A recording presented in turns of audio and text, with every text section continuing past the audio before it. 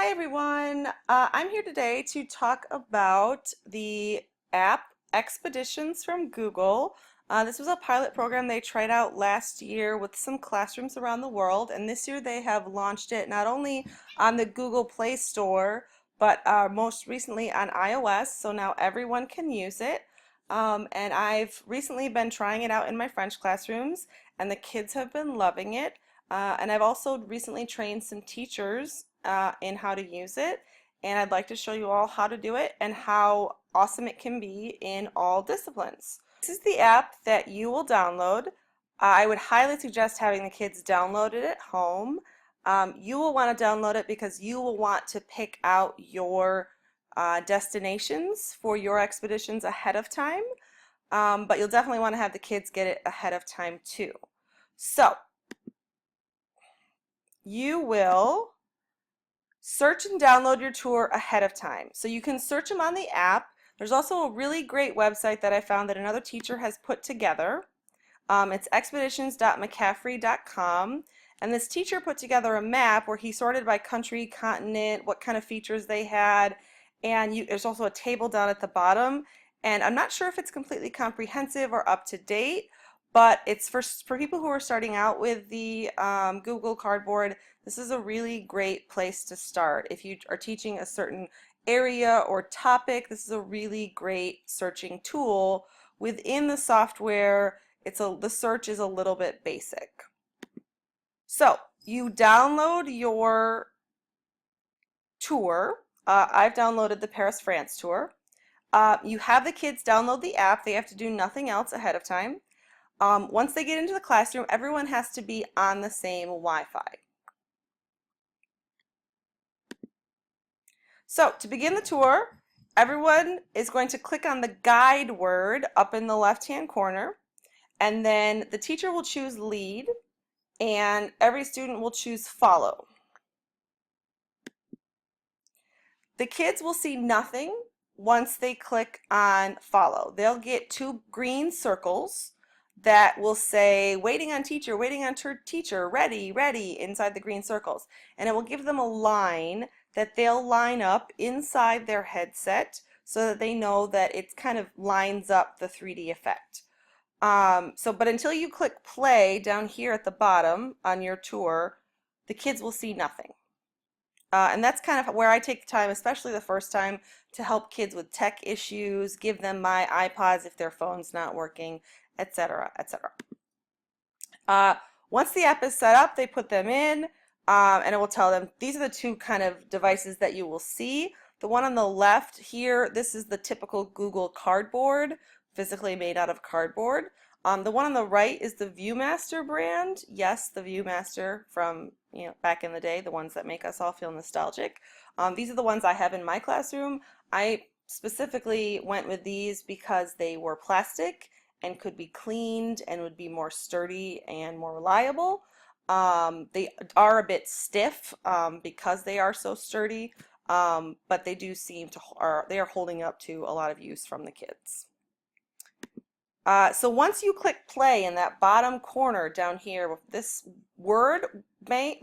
box of words will pop up into the screen, and the kids will be able to see the 360 view.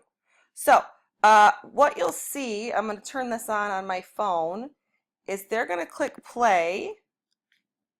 Maybe I will. We'll see. You're going to see, here it is. Let's get rid of that. There we go. The kids will see this 360 view, and they'll be able to spin, spin, spin, spin, spin. They can look up, ooh, clouds. They can look, oh my gosh, I'm so high, I'm up just above the river. They can look all over the place, and you'll get a minute or two of oohs and ahs the first time they do this. Kids who will want to stand up and spin 360, kids who are, oh my gosh, I'm gonna throw up. What's that? What's this? Why? And you'll get, so you kind of have to allow a minute for kids to freak out. But what's really nice about this app is Google has built in essentially a lesson for you. So on the teacher page where the kids can't see, you'll get this guided tour for you. So once my kids have kind of chilled out for a second, I then have this, the historic center of Paris is a small island on the River Seine, and I can read that to kids if it's something my kids don't know. And then as you go further down, it gives you questions to ask. Not every site has questions, but some of them do. It gives beginner, intermediate, and advanced questions. And you know your kids, you can ask some questions, leave some aside. And then also, when you get past that, when you get below, you'll see sites for you to click on.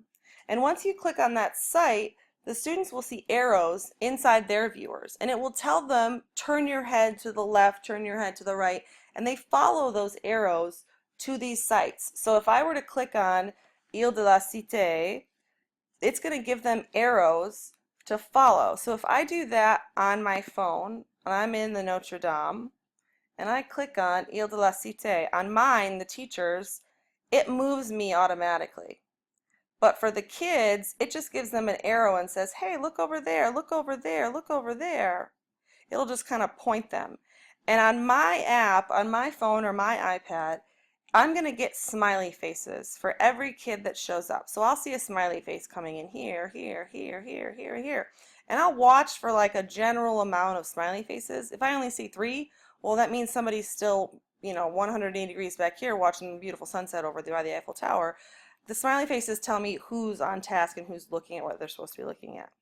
Well, then I can go and I can click on the Pont Neuf, and it will take them to the bridge. And then I click on Notre Dame and it spins them to the church. And then I click on the Gothic architecture and it swings them a little bit back to the back of the church. And it'll take me to all of these places. I can focus on whichever one I want, but it has these great lessons built in. The second I click pause, it takes them out of Notre Dame and it goes back to the waiting for teacher screen. And then I, as the teacher, can slide through and look at all the other things to offer in Paris and decide which one I want to go to next. That is really it. That's the whole thing. It's super easy to learn. It's very basic, but the kids will love it. There are, like I said, there are so many ways to use this in so many disciplines. My biggest thing would be to play with it, to borrow a cardboard from someone, buy one for yourself. That's what I did. And try one out. You can tour the inside of the human body. You can tour underwater. You can tour Boston from the American Revolution. You can do so many things with this. Take kids on field trips that we never could afford to take our kids on. And the kids will love it. They will remember it. They will talk about it. And I just a couple tips on this. Make sure the kids have their phones charged. Make sure they take them out of the case. Make sure that they, kind of cool them off because they will get rather warm. And as they are doing this, when you click pause and you're going to the next slide, deciding which one to go to, have the kids take their heads out for a second, close their eyes, reacclimate themselves, because if they try and stay in this immersive world for 45 minutes to an hour, some kids will get kind of seasick, dizzy, and it's too much, and then they'll have to take themselves out altogether.